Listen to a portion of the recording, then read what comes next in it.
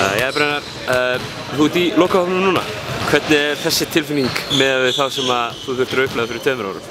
Hún náttúrulega rosalega góð sko, bara að hugsa út í að þegar þú spyrir svona, þá fær maður bara ákveðin gætið sko. Tilgangurinn sko.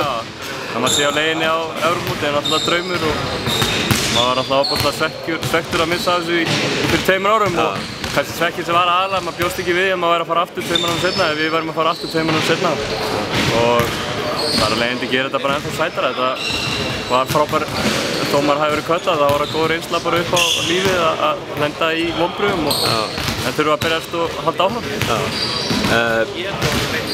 Nú er þetta, ég meina þetta er svona, það eru margir sömu leikmenn sem eru að fara núna, kannski náttúrulega 2 árum eldri og allt það, okkur nýjir leikmenn líka. Hvernig líst þér á þennan hóp miðað við, nú æður náttúrulega með hinum hópnum alveg fram á síðasta dag, hvernig líst þér á þennan hóp miðað við þann síðasta? Bara mjög vel, við erum náttúrulega að fá leikmann sem gefur okkur allt að vera vík sem við sýndum því núna á móti Litháen, Tryggvi Einarsson að við konum mannanu undir sem geta aðeins hægt á þessum stóru mönnum og að verið fyrir og gert helling fyrir okkur sóknarlega.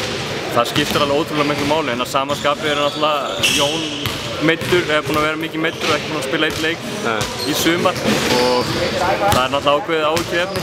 Haukur núna búinn að vera tæpur í bakinu, þannig að auðvitað eru menn tæpir eins og alltaf en þegar það kemur á 5. á móti Grikkjum þá held ég að allur sársauki gleymist. Ég held að þetta sé það stór viðburður að menn eru til í að setja meiðsli aðeins til hliðar og berjast fyrir land og þjóð.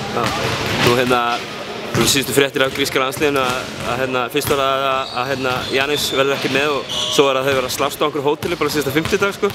Hefur það verið einhver slagsmál hjá íslenska liðinu? Það er vel tekið á æfingu sko, en utanvallar hefur þetta bara verið... Þið hefði ekki farið að slást á einhverjum veitingastað? Nei, langt í frá. Það er náttúrulega, við vorum á fundi í gær og það hefur verið að ræða sko, við Íslendingar erum svo heppnir að það er engar stórstjörnur í þessu liði, það er engin heimsklassa leikmenn.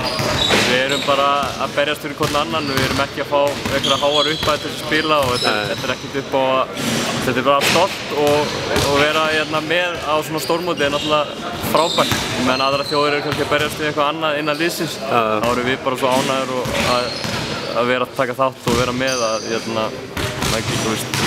menn svona leggja allt það til hlýðar, þetta ego, sko, auðvitað eru egoistar í liðinu en menn leggja það til hlýðar og spila fyrir hvern annan þegar það kemur í landslið. Mikill munur að kemur náttúrulega úr félagsliði þar sem að búist við því að þið vinnið alla leiki, skilur þú, það er bara algjör skandall ef þið vinnið innan við 10 stigum, skilur þú, kemur í lið núna þar sem að þið eru algjör underdog, bara alveg hinn hliðin á kurvinu, sko. Hvernig þessi... Það er miklu skemmtilega. Aha? Já, það er miklu skemmtilega. Þessan öðruvísi? Það var alltaf að vinna að mæti í leiki og bara, það býst engin við sigri, býst engin við því að þú vinnir, þitt lið vinnur. Það er miklu skemmtilegra og þegar maður horfir svona tilbaka yfir árin það er titlarnir, þeir svo skemmtilegasti þegar við KR vorum underdog.